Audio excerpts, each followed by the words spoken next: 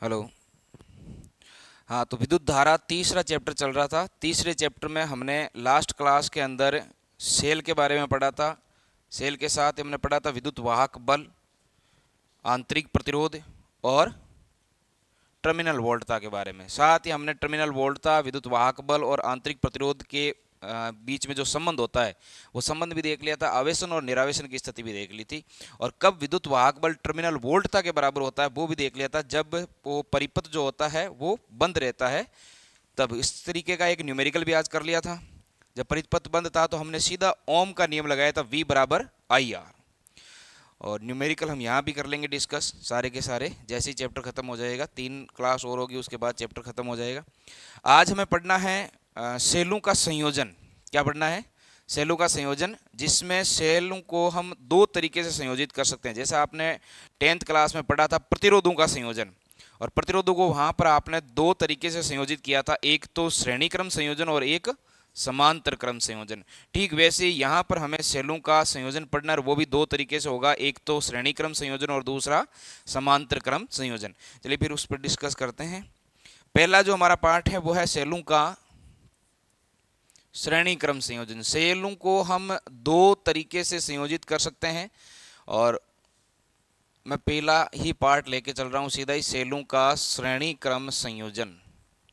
श्रेणी क्रम संयोजन, देखिए श्रेणी क्रम में सेल है या समांतर क्रम में है, कोई भी उपकरण जो हमने लगाया वो श्रेणी क्रम में है या समांतर क्रम में है, इसको पहचानने के लिए सीधी सा एक ही तरीका है कि आप देखिए कि जो आप परिपथ में धारा प्रवाहित कर रहे हो, वो धारा उस परिपथ में प्रवाहित करने पर उसमें जितने भी उपकरण बीच में आते हैं वो सारे के सारे उपकरणों में से अगर एक ही तार से बह रही है, यानी धारा बट नहीं रही है, सभी उपकरणों में उसी तार से जा रही है, इसका मतलब जितने भी बीच में उपकरण आए हैं वो सारे के सारे उपकरण किस क्रम में होंगे? श्रेणी क्रम। और अगर धारा बंटकर किन्हीं 2, 3, 4 जितने भी टाइप के अलग अलग टाइप के हैं उन उपकरणों में धारा जा रही है, इसका मतलब जो संयोजन है वहां पर उपकरणों का वो कैसा हो जाएगा? समांतर क्रम संयोजन हो जाएगा। तो हमारा जो पहला टॉपिक है वो है सेलों का श्रेणी क्रम संयोजन। अब देखिए सेलों के श्रेणी क्रम संयोजन में सीधा सा हमें संयोजन करना है कि भाई हम इस यहां पर लगा देते हैं एक सेल, इसके साथ में यहां प्रतिरोध का निर्माण कर देता हूं, क्योंकि सेल के अंदर आंतरिक प्रतिरोध होता है। अरे होता है कि नहीं? फिर यहां एक और सेल लगा दिया, उसके साथ भी मैं एक आंतरिक प्रतिरोध का निर्माण कर देता हूं। ऐसे करके यहां एक और सेल बना दिया और इसके साथ भी हम आंतरिक प्रतिरोध का निर्माण कर देते हैं। और इन्हीं के साथ हम बाहर जोड़ देते हैं यहां पर एक बाह्य प्रतिरोध। क्या जोड़ देते हैं? बाह्य प्रतिरोध। ये मान लो यहाँ पे हमने क्या लगा दी है? कुंजी। अब इसमें कंफ्यूज होने की जरूरत नहीं है। हमने मान लो अगर ये केवल और केवल सेलों का ही संयोजन किया है तो हमें ये अपने आप समझना है कि भाई जो सेल का संयोजन है तो सेल के अंदर आंतरिक प्रतिरोध होता ही है। आपने केवल यहाँ पर सेल बनाया है, प्रतिरोध नहीं बनाया है, तो भी हमें पता है कि सेल के अंदर क्या होता है? आंतरिक प्रतिरोध होता है, जिसे हम किससे दर्शाते हैं? स्मॉल r से। तो मैं इसको लिख देता हूँ, ये सेल का आंतरिक प्रतिरोध है R1। यहाँ ये हो जाएगा आपका E2 और ये हो जाएगा आपका R2, और इसको नाम दे देते हैं हम EN, और ये क्या हो जाएगा? RN। ये सेलों का संयोजन हो गया। और यहाँ पर जो हमने एक ये प्रतिरोध लिया है वो है बाह्य प्रतिरोध, जिसको हम कैपिटल R से लिखते हैं। कौन सा प्रतिरोध है? बाह्य प्रतिरोध, जिसको हम किससे लिखते हैं? कैपिटल R से। अब क्योंकि सेलों का संयोजन इस तरीके से हमने ले रखा है तो हम मान लेते हैं कि भाई जो ये E1 है, E2 है, E3 है, EN है, जितने भी सेल हैं उनका सबका जो विद्युत वाहक बल है वो हम मान लेते हैं क्या हो जाएगा? सेलों का विद्युत वाहक बल, नेट विद्युत वाहक बल, उसको हम क्या लेके चल जाते हैं? ई लेके चल जाते हैं। क्या ले लेते हैं? ई। ई यहाँ पर क्या है? जितने भी सेल हमने E1, E2, E3, EN जितने भी सेल लगाए हैं उन सभी का विद्युत वाहक बल क्या हो जाएगा? ई हो जाएगा।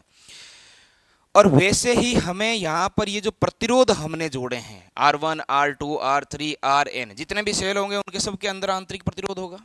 जितने भी सेल है उन सब के अंदर क्या होगा? आंतरिक प्रतिरोध होगा। और जब सेल जो आंतरिक प्रतिरोध है, या यूं कहे 10th क्लास में हमने ये पढ़ा था कि जो प्रतिरोधों का संयोजन होता है उसमें अगर आपको इस तरीके की कोई व्यवस्था दे रखी है और मान लो ये आपका R1 है और ये R2 है, मैंने ये पूछ लिया कि भाई बिंदु A और बिंदु B के मध्य एक तुल्य प्रतिरोध ज्ञात करना है। कौन सा प्रतिरोध ज्ञात करना है? तुल्य प्रतिरोध। और जब ये प्रतिरोध जो है वो किस क्रम में जुड़े हुए हो? श्रेणी क्रम में, तो क्या करते थे हम? सीधे ही इनका योग कर देते थे। यानी यहां क्या कर देंगे? तुल्य प्रतिरोध हो जाएगा आपका R तुल्य बराबर R1 प्लस, यही होगा। सेलों में भी देखो ये जो R1 R2 R3 Rn जितने भी प्रतिरोध लगे हुए हैं किस क्रम में है? अरे कौन से क्रम में लगे हुए हैं? श्रेणी क्रम में लगे हुए हैं। श्रेणी क्रम में लगे हुए हैं तो सीधा सा अगर मैं यहां पूछूं आपसे कि भाई इनका तुल्य प्रतिरोध क्या होगा? तुल्य आंतरिक प्रतिरोध। कौन सा प्रतिरोध? आंतरिक। देखो मैंने कुल प्रतिरोध नहीं लिखा अभी, फिलहाल मैं कौन सा प्रतिरोध ले रहा हूं? आंतरिक प्रतिरोध, जिसमें हमने बाह्य प्रतिरोध को काउंट नहीं किया है। तो तुल्य आंतरिक प्रतिरोध क्या हो जाएगा? तुल्य आंतरिक प्रतिरोध को मैं लिख दूं R से, और ये हो जाएगा आपका R1 plus R2 plus R3 plus ऐसे करके कहां तक? Rn तक। हम मान लेते हैं कि सभी प्रतिरोध समान हैं। कैसे हैं? समान हैं, यानी स्मॉल r प्रतिरोध के ही प्रतिरोध लगा रखे हैं हमने। तो मैं कुल मिला के इनको लिख सकता हूं क्या? जो r है आपका वो nr हो जाएगा। क्या हो जाएगा? nr। क्योंकि देखो इस प्रतिरोध का मान भी r है, इसका मान भी कितना है? r। आगे भी इन प्रतिरोधों का जो मान है वो कितना होगा? r r। और कितनी बार है? n बार है। कितनी बार है?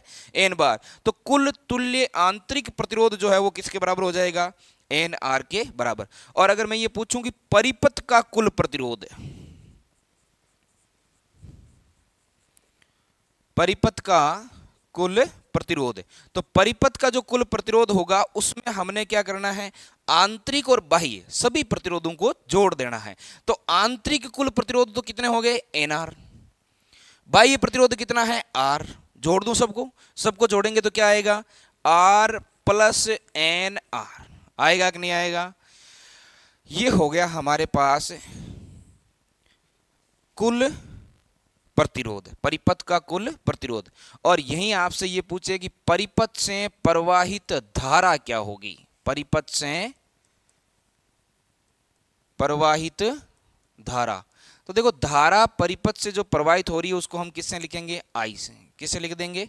I से। और धारा जो है वो किसके बराबर होती है? V अपॉन में R। ओम के नियम से हमने पढ़ा था ना भाई। ओम का नियम क्या कहता है? जो धारा है आपकी वो क्या होती है? इधर लिख देता हूं, V जो धारा I है वो किसके बराबर हो जाएगी? V अपॉन में R के बराबर, यही होती है। ओम का नियम कहता है कि किसी भी चालक के सिरों पर उत्पन्न विभवांतर उसमें प्रवाहित धारा के कैसा होता है? समानुपाती होता है। और जब समानुपातिक चिन्ह हटाते हैं तो वहां पे कांस्टेंट कौन आता है? R आता है। तो इसको लिखते तो हम ऐसे हैं, V बराबर IR, ऐसे लिखते हैं। I बराबर क्या हो जाएगा? V अपॉन में R। यानी कि अगर मैं यहाँ पर धारा ज्ञात करूंगा तो मैं यहाँ लिख सकता हूं भाई कुल विद्युत वाहक बल, कुल विद्युत वाहक बल अपॉन में कुल प्रतिरोध, यही होगा। अरे होगा कि नहीं? अपॉन में क्या हो जाएगा? कुल प्रतिरोध।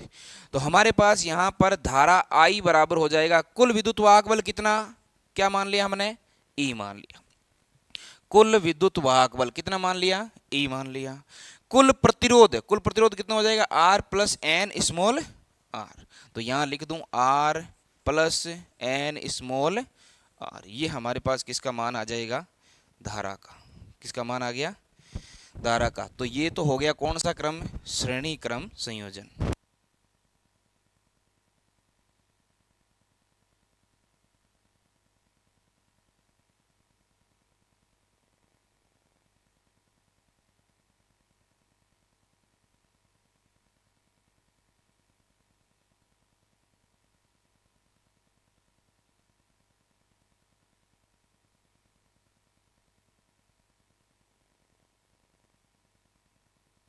श्रेणी क्रम संयोजन, सेलों का श्रेणी क्रम संयोजन हो गया। अब हमें देखना है सेलों का कौन सा क्रम? समांतर क्रम संयोजन। ये रिजल्ट याद रखना है। श्रेणी क्रम संयोजन में प्रवाहित धारा का मान, ठीक है। यहां पर जो I है वो किसको दिखा रहा है? धारा को। किसको दिखा रहा है? एप्सिलॉन। ये जो लिखा हुआ E ये क्या है? विद्युत वाहक बल। कौन सा बल? विद्युत वाहक बल। वास्तव में विद्युत वाहक बल एक बल नहीं होकर क्या है? विभवांतर है। और जो कैपिटल R लिखा हुआ है ये क्या है? बाह्य प्रतिरोध, प्रतिरोध नहीं बाह्य प्रतिरोध, ये पता होना चाहिए। आर जो है वो क्या है, आंतरिक प्रतिरोध। कौन सा प्रतिरोध, आंतरिक प्रतिरोध।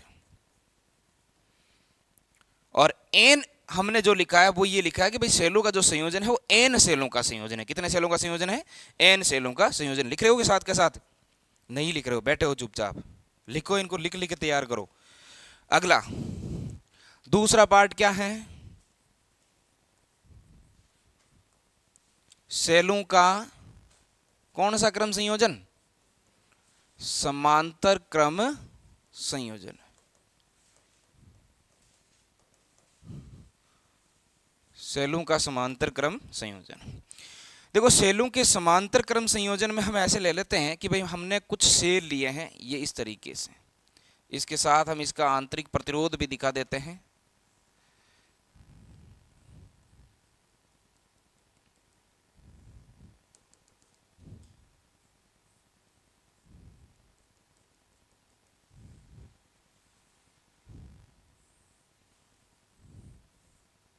यहां लगा देते हैं बाह्य प्रतिरोध। किसको लगा दिया, अरे क्या लगा दिया, कैपिटल आर से। इसका विद्युत वाहक बल E1, इसका विद्युत वाहक बल E2, इसका विद्युत वाहक बल E3, सॉरी En ले लो, इसको डॉट डॉट ले लिया ना, तो R1 R2 और Rn। कोई दिक्कत है, ये संयोजन हो गया। अब देखो इसमें अगर हम कहें कि देखो इस परिपथ में बहने वाली धारा I1 होगी, तो इसमें बहने वाली धारा I2 होगी, यहाँ बहने वाली धारा In होगी, यानी कि सभी रस्तों में अलग अलग धाराओं का मान बह रहा है। धाराएं कैसी है, अलग अलग है। जब धाराएं अलग अलग है इसका मतलब इनका जो संयोजन है वो कैसा है, समांतर क्रम संयोजन है। यहां पर भी हमें प्रवाहित धारा का मान ही निकालना है। सबसे पहले हम क्या करेंगे, ये मान लेते हैं कि भाई जितने भी सेल हैं उन सभी सेलों का जो विद्युत वाहक बल है वो कितना है, E है। कितना है, अरे सभी सेलों का विद्युत वाहक बल क्या मान लिया, E मान लिया। अगर मैं यहाँ कहूँ विद्युत वाहक बल या विभवांतर की बात करूँ इस सिरे पर और इस सिरे पर, तो जो विभवांतर है वो भी कैसा होगा, समान ही होगा। दो सिरों के मध्य तो विभवांतर कैसा होता है, समान ही होता है। तो ये जो विभव पतन है यहाँ पर वो भी कितना हो जाएगा, समान हो जाएगा, V हो जाएगा। होगा कि नहीं होगा। अब ये जो संयोजन है वो कैसा हो गया, E1 E2 और En तक ऐसे हमने बहुत सारे सेल जोड़ दिए और इनका जो संयोजन है वो क्या कहलाता है, समांतर। देखो समांतर क्रम संयोजन में सभी सेलों का एक सिरा, ये देखो पहला सेल, दूसरा सेल, ऐसे ही तीसरा, चौथा, पांचवा, जितने भी सेल है उन सभी सेलों का एक सिरा एक बिंदु पर जुड़ा हुआ होता है कि नहीं है। वैसे ही दूसरा सिरा देखो, ये जो नेगेटिव टर्मिनल है वो दूसरे बिंदु पर जुड़ा हुआ है। तो ये तो समांतर क्रम जो सेलों का संयोजन होता है उसकी व्यवस्था होती है। वैसे ही जो श्रेणी क्रम संयोजन होता है उसमें प्रत्येक सेल, जैसे पहला सेल का दूसरा सिरा और दूसरे सेल का पहला सिरा एक दूसरे से जुड़े होते हैं, वैसे ही दूसरे सेल का दूसरा सिरा और तीसरे सेल का पहला सिरा ये एक दूसरे से जुड़े हुए होते हैं। तो ये जो संयोजन है वो कौन सा हो गया अपना, समांतर क्रम संयोजन। अगर मैं यहां कहूं आपसे कि तुल्य विद्युत वाहक बल क्या होगा, क्या होगा बताओ देखें, तुल्य विद्युत वाहक बल क्या लिखेंगे,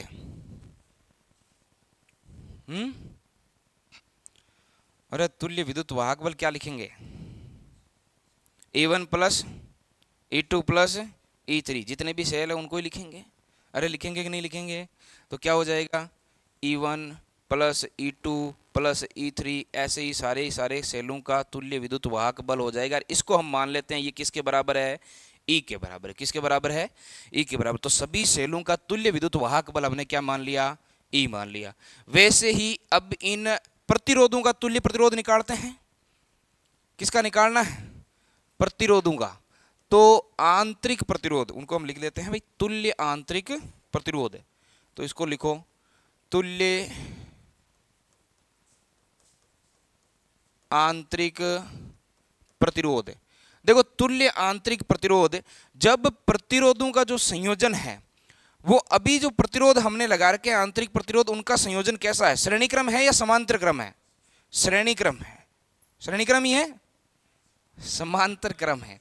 जब सेलों का ही संयोजन कैसा है, समांतर क्रम में है, तो प्रतिरोध, तो जो आंतरिक प्रतिरोध की हम बात कर रहे हैं वो तो सेलों के अंदर ही पाए जाते हैं। तो जब सेलों का ही जो क्रम है वो कैसा है, समांतर क्रम, तो जो आंतरिक प्रतिरोध है उनका क्रम भी कैसा होगा, समांतर क्रम ही। तो इनको जोड़ने के लिए हम क्या कर लेंगे, यहां से 1/r बराबर 1/r d, सॉरी r1 ले लेते हैं, इसको 1 ही लेके चल रहे हैं तो इसको 1 ही लिख देते हैं, 1/r1 1/r2 और ऐसे करके कहां तक, 1/rn तक। क्योंकि देखो हमने ये पढ़ लिया है पहले 10th क्लास में कि भाई इनका जो संयोजन है वो अगर कैसा हो, समांतर क्रम में हो, तो ये जो R1 है, R2 है, R3 है, इनका जो तुल्य प्रतिरोध हम निकालेंगे वो क्या हो जाएगा, 1/R1 plus 1/R2 plus 1/R3। इसी तरीके से लिखेंगे। ठीक वही व्यवस्था यहाँ पर है। ये जो सेल है, देखो ये सेल समांतर क्रम में है, तो सेल के अंदर का जो आंतरिक प्रतिरोध है R1, R2, R3, R4, Rn जितने भी है वो सारे के सारे किस क्रम में होंगे, समांतर क्रम में होंगे। और समांतर क्रम सेलों का संयोजन कुछ इस प्रकार से ही करने वाले हैं। अब देखिए यहां से अगर हम मान लेते हैं कि ये सारे के सारे जो R है वो किसके बराबर है, R के ही बराबर है।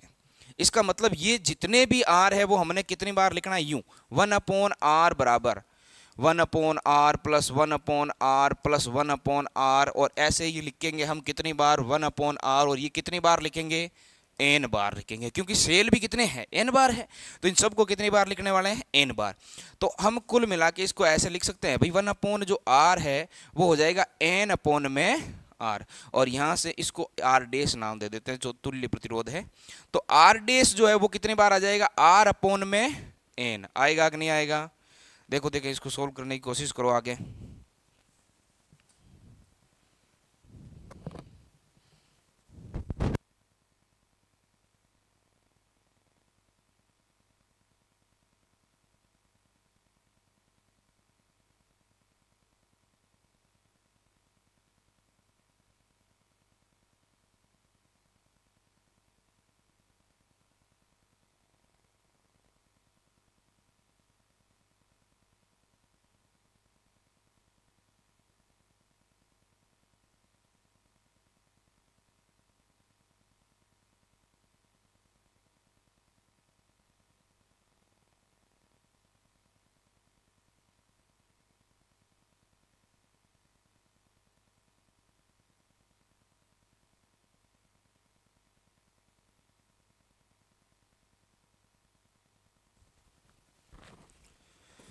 हाँ भाई हो गया।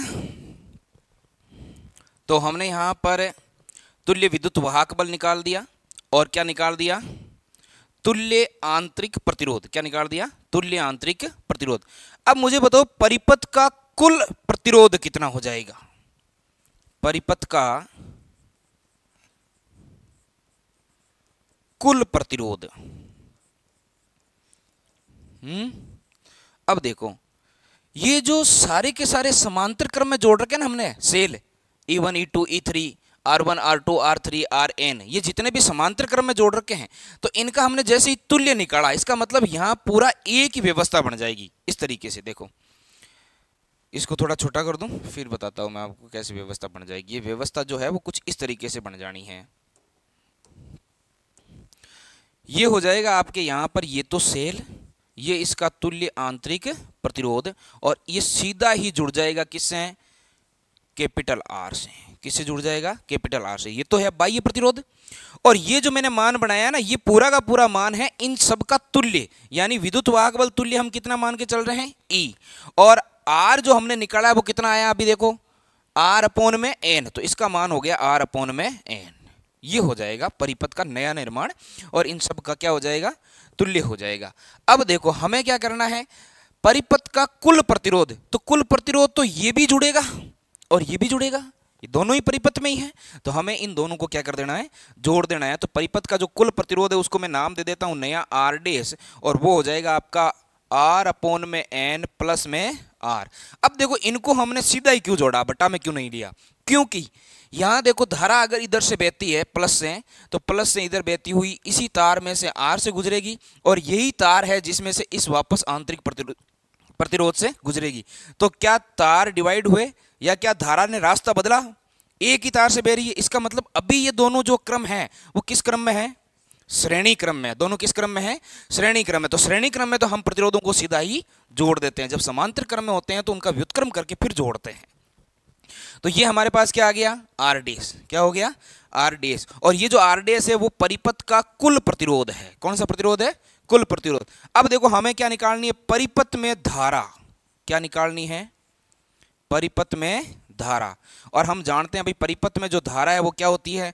कुल विद्युत वाहक बल, कुल विद्युत वाहक बल अपोन में कुल प्रतिरोध, अपोन में कुल प्रतिरोध। होती है कि नहीं होती है? कुल विद्युत वाहक बल अपोन में कुल प्रतिरोध। अब देखो कुल विद्युत वाहक बल वो तो हमने कितना माना था अभी? ई के बराबर। किसके बराबर माना था? ई के बराबर। तो ये तो हो गया हमारा ई अपोन में कुल प्रतिरोध। ये अभी हमने थोड़ी देर पहले यहां पर ज्ञात कर लिया था। आप इनको चाहो तो समीकरणों में लिख के भी लिख सकते हो, आसानी से हो जाएगा। वैसे छोटा सा डेरिवेशन इसलिए समीकरण बनाने की जरूरत नहीं पड़ी है। तो यहां मैं लिख देता हूं भाई आर अपोन में एन प्लस में कैपिटल आर। बताओ कोई दिक्कत है क्या? अब इसको और सोल्व कर देते हैं। यहां पर हम एलसीएम ले लेते हैं। क्या ले लेते हैं? एलसीएम। तो ऊपर तो आ जाएगा ई और अपोन में देखो आर प्लस एन आर, और पूरे के अपोन में क्या रहेगा? एन। और वो एन कहाँ चला जाएगा? ऊपर। तो यहां आ जाएगा एन। ये हमारे पास क्या आ गया? इस समांतर क्रम संयोजन में परिपथ से प्रवाहित धारा का मान कितना? एन ई अपोन में small R plus N capital R. ये जो ई है विद्युत वाहक बल है, आंतरिक प्रतिरोध है, बाह्य प्रतिरोध है। कोई दिक्कत है इसमें? चले आगे। तो ये तो व्यवस्था है तब की जब आपको ऐसे बहुत सारे सेल समांतर क्रम में जोड़ के दे देवें और साथ ही ये कहें कि सबका विद्युत वाहक बल भी समान है और सबका आंतरिक प्रतिरोध भी कैसा है? समान। देखो सबका विद्युत वाहक बल भी हमने क्या मान लिया था? ई के बराबर मान लिया था, यही माना था। और सबका जो आंतरिक प्रतिरोध है वो भी हमने देखो आर आर के बराबर ही मान लिया था। अगर क्वेश्चन कुछ ऐसा आ जाए कि दो सेलों का ऐसा संयोजन है जिसमें इनका विद्युत वाहक बल अलग अलग है और आंतरिक प्रतिरोध का मान भी कैसा है? अलग अलग है। तो हमें क्या करना है? देखो यदि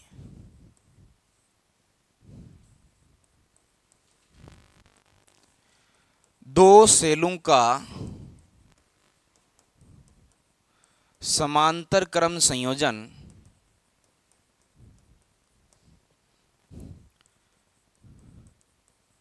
जिनका विद्युत वाहक बल है E1 एंड E2 और आंतरिक प्रतिरोध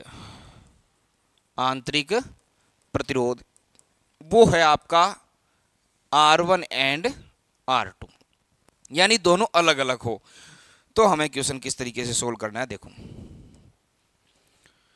ये व्यवस्था आ गई।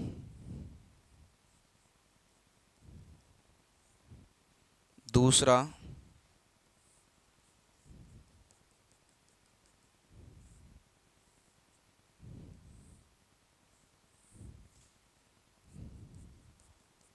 ऐसा हो सकता है क्या? हो सकता है। इसका तो हम मान लेते हैं विद्युत वाहक कितना है? E1। इसका मान लेते हैं विद्युत वाहक कितना है? E2। इसका आंतरिक प्रतिरोध मान लिया R1 और इसका आंतरिक प्रतिरोध मान लिया R2। और ये जो प्रतिरोध है वो कौन सा है? बाह्य। अब देखिए यहां से मान लेते हैं धारा I1 आ रही है और इससे धारा कौन सी आ रही है? I2। ये धारा इस परिपथ में प्रवाहित हो रही है। अब हमें क्या करना है? यहां से हमें क्या ज्ञात करना है? इस परिपथ से प्रवाहित धारा का मान ज्ञात करना है, तुल्य प्रतिरोध क्या होगा उसका मान ज्ञात करना है, और कुल विद्युत वाहक बल जो है वो कितना होना है ये भी हमें ज्ञात करना है। तो देखो हमने एक व्यवस्था पढ़ी थी आवेशन के लिए। किसके लिए पढ़ी थी? सॉरी, आवेशन और निरावेशन के लिए। तो उसमें एक व्यवस्था हमारी ऐसी थी कि कुल विद्युत वाहक बल क्या होता है? परिपथ का कुल विद्युत वाहक बल पढ़ा था कि नहीं पढ़ा था? क्या था? E बराबर V टर्मिनल वोल्ट था प्लस आई आर, यही पढ़ा था। E बराबर V प्लस आई आर। ये E विद्युत वाहक बल किसी एक धनावेश को पूरे सेल में एक चक्रण पूर्ण करवाने में जो कार्य करना पड़ता है वो E है। ये V टर्मिनल वोल्ट था। सेल के बाह्य पार्ट में एक टर्मिनल से दूसरे टर्मिनल तक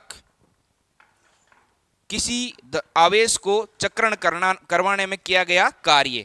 और ये IR जो है वो है आंतरिक, क्या है, आंतरिक विभवांतर का मान। किसका मान है? आंतरिक विभवांतर का मान है। सेल के अंदर जब हम किसी आवेश को घुमाते हैं तो हमारे द्वारा कितना कार्य किया जाता है, उसे हम आंतरिक विभवांतर कहते हैं। उसे क्या कहते हैं? आंतरिक विभवांतर। और चूंकि V बराबर IR होता है तो प्रवाहित धारा तो I, प्रवाहित धारा कौन सी हो गई? I, और आंतरिक प्रतिरोध क्या है? R। तो हमने उस आंतरिक विभवांतर को आंतरिक प्रतिरोध की फॉर्म में कन्वर्ट कर दिया। और ये जो परिभाषा है वो हमने पढ़ी थी विद्युत वाहक बल, टर्मिनल वोल्ट था और आंतरिक प्रतिरोध में जब हमने संबंध स्थापित किया था कि नहीं किया था कल वाली क्लास में। तो ये व्यवस्था हमने वहां पर पढ़ ली थी। अब देखिए मैं सेल, प्रथम सेल के लिए पढ़ाता हूं। कौन से सेल के लिए? प्रथम सेल के लिए। और यहां से आपको ये पता होना चाहिए जो V है उसका मान कितना है? समान ही रहेगा भाई। इस बिंदु के मध्य और इस बिंदु के मध्य जो विभव पतन है वो तो कैसा रहेगा? समान ही रहेगा। तो पहले तो हम चलाते हैं कौन से सेल के लिए? प्रथम सेल के लिए। अब देखो प्रथम सेल के लिए क्या व्यवस्था होगी। प्रथम सेल के लिए मैं यहां प्रथम सेल से प्रवाहित धारा ज्ञात कर लेता हूं, यानी किसका मान ज्ञात कर लेता हूं? I1 का मान ज्ञात कर लेता हूं। तो प्रथम सेल के लिए विद्युत वाहक बल मैंने मान लिया क्या है? E1 है। प्रथम सेल के लिए विद्युत वाहक बल क्या मान लिया?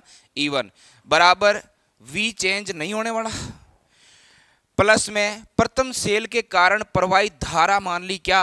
I1, और प्रथम सेल का आंतरिक प्रतिरोध जो हमें पहले से ही मान रखा है क्या? R1। तो बताओ यहां से I1 R1 जो है वो हो जाएगा E1 माइनस V, होगा कि नहीं होगा? यहां से जो I1 है वो कितना हो जाएगा? E1 अपोन में R1 माइनस V अपोन में R1। ये हम समीकरण ले लेते हैं यहां पर एक। कौन सी समीकरण? एक। बताओ इसमें कोई दिक्कत है क्या?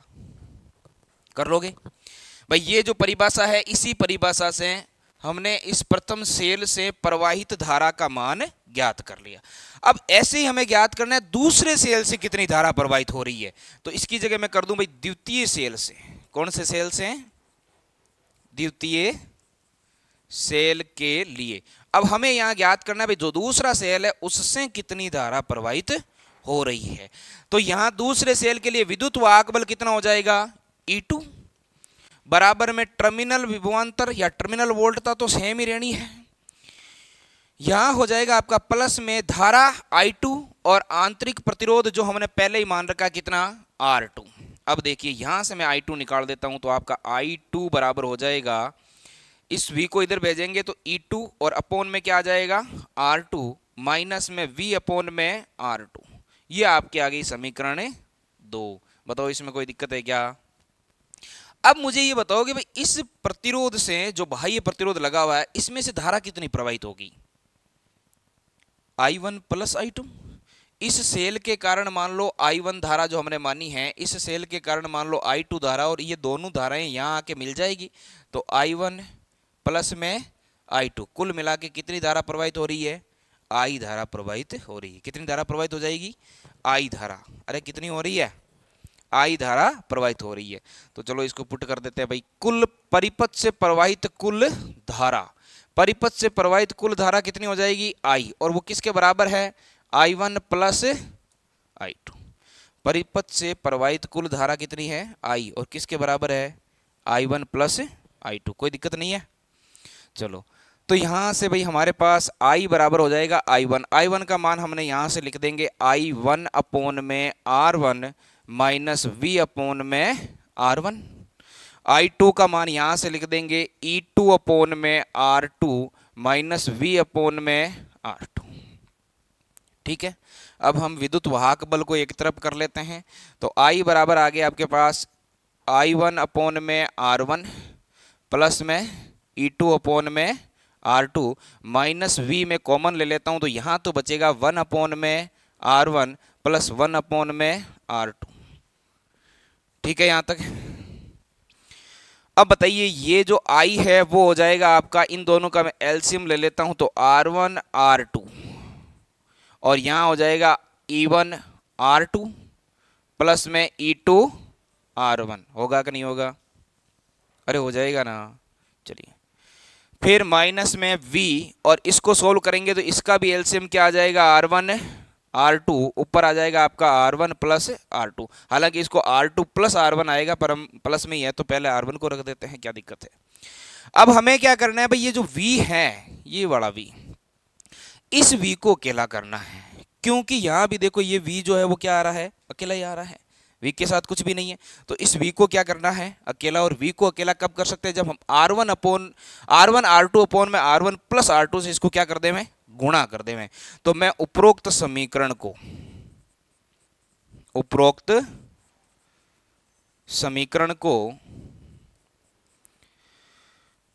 r1 r2 अपॉन में r1 प्लस r2 से गुणा कर देते हैं। क्या कर देते हैं, गुणा। अब देखिए जब गुणा कर रहे हो तो पूरी समीकरण को ही गुणा करना पड़ेगा, आप केवल उसको गुणा करके उसको नहीं हटा सकते। पूरी समीकरण को आपको एलएचएस और आरएचएस दोनों के अंदर गुणा करना पड़ेगा इसको।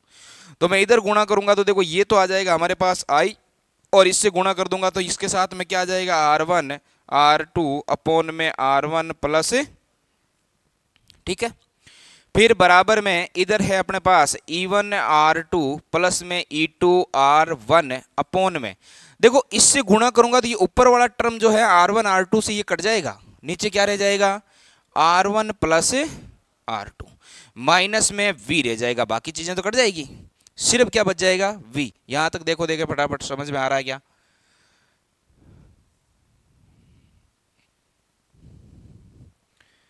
अब देखो, अब हम इसको इस फॉर्म में लिख देते हैं, या तो ये जो हमारे पास फॉर्म है इस फॉर्म में लिख देते हैं, या इसको उस फॉर्म में कन्वर्ट करके फिर एक दूसरे से क्या कर देते हैं, तुलना कर देते हैं। तो मैं इसी को लिख देता हूं, इसको क्यों चेंज करें, इसमें हमें इस v को केवल इस साइड में भेजना है। तो कुल मिला के मैं ऐसे लिख दूं भाई, e1 r2 plus e2 r1 upon में r1 प्लस r2, और इस v को इस साइड में भेजूंगा तो ये मेरे पास आ जाएगा v प्लस में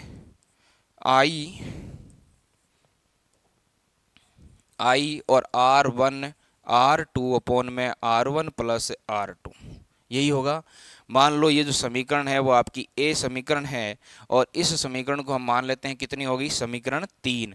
तो समीकरण ए व 3 की तुलना करने पर, 3 की तुलना करो। देखो विद्युत वाहक बल जो है वो कुल विद्युत वाहक बल कितना हो जाएगा, देखो ये E के बराबर है पूरा का पूरा, अरे है कि नहीं है, ये पूरा का पूरा जो E है वो ये है E।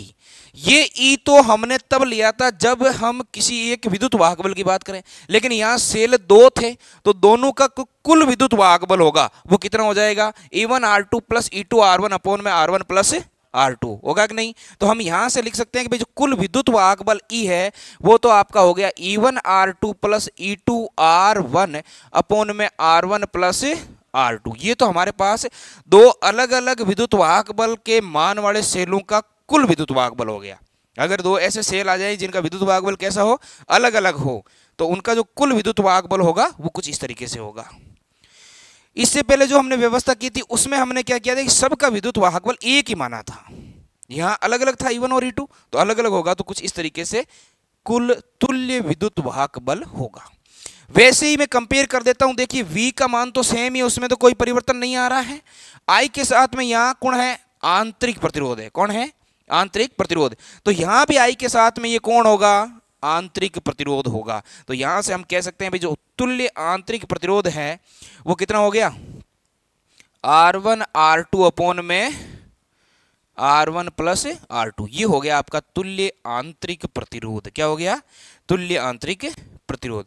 अगर यहां से आपसे ये पूछें कि भाई इसमें से प्रवाहित धारा कितनी होगी, तो धारा तो हमने थोड़ी देर पहले निकाली थी ना, क्या थी, I बराबर E अपॉन में R प्लस में स्मॉल r, ये धारा हो जाएगी इस परिपथ से प्रवाहित। अब देखो E का मान यहां से यह पुट कर देंगे क्योंकि दोनों का सेलों का विद्युत वाहक बल क्या है, अलग अलग है। फिर R का मान स्मॉल r का ये पुट कर देंगे, और जो कैपिटल R है वो हमें दिया हुआ ही है यहाँ सर, जो बाह्य प्रतिरोध है। तो ये था जब हम कोई दो सेल जिनका समांतर क्रम संयोजन लेते हैं, जिनका विद्युत वाहक बल अलग अलग हो, जिनका आंतरिक प्रतिरोध अलग अलग हो, तब इस संयोजन का काम में लेते हैं। समझ में आ गई चीज। चलो फिर आज की क्लास के लिए धन्यवाद। फिर अगली जो क्लास होगी वो होगी हमारी विद्युत शक्ति, विद्युत ऊर्जा और किरचॉफ का नियम और साथ ही किरचॉफ के नियम से रिलेटेड कुछ प्रॉब्लम्स की।